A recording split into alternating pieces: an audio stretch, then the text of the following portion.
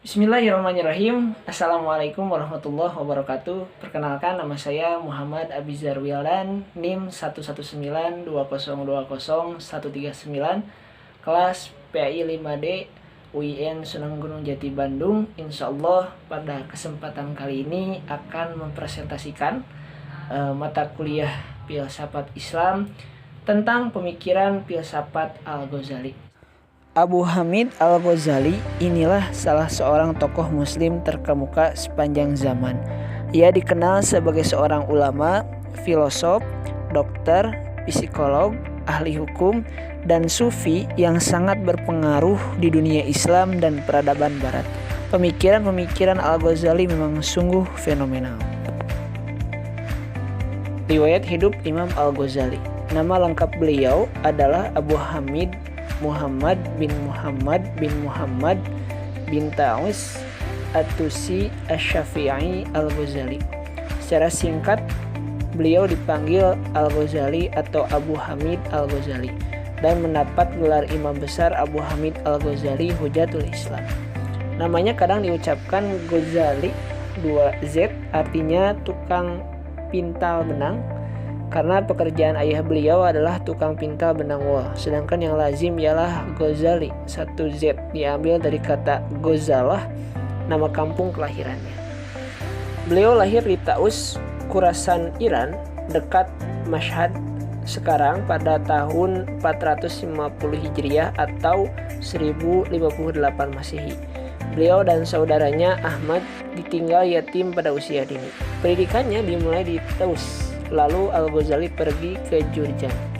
Dan sesudah satu periode lebih lanjut di Tus, beliau ke Naisabur, tempat beliau menjadi murid Al-Juwaini, Imam Al-Haramain, hingga meninggal yang terakhir pada tahun 478 Hijriah atau 1085 Masehi. Beberapa guru lain juga disebutkan, tapi kebanyakan tidak jelas. Yang terkenal adalah Abu Ali Al-Farmadi.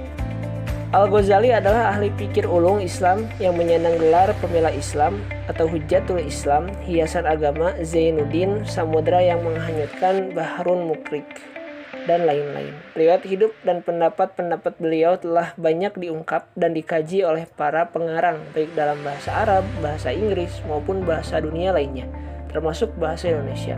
Hal itu sudah selayaknya bagi para pemikir generasi sesudahnya dapat mengkaji hasil pemikiran orang-orang terdahulu, sehingga dapat ditemukan dan dikembangkan pemikiran-pemikiran yang baru.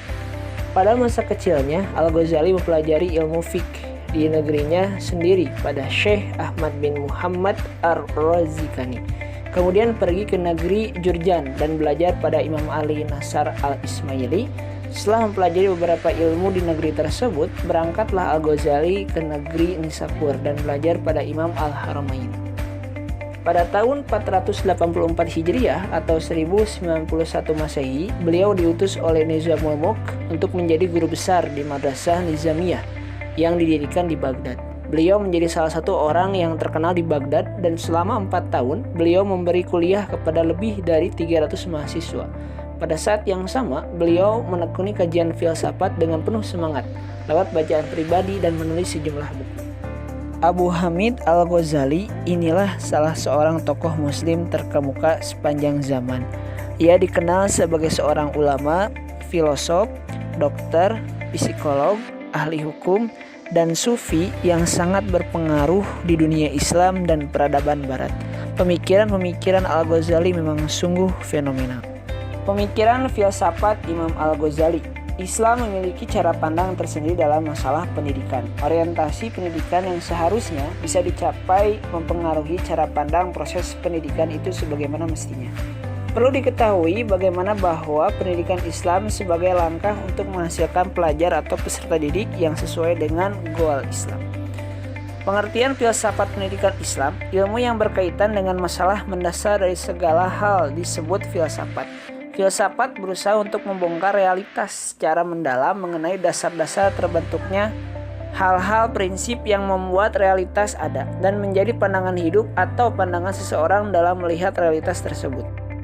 Mungkin itu saja yang saya dapat sampaikan. Mohon maaf bila banyak kekurangan. Akhirul kalam. Wassalamualaikum warahmatullahi wabarakatuh.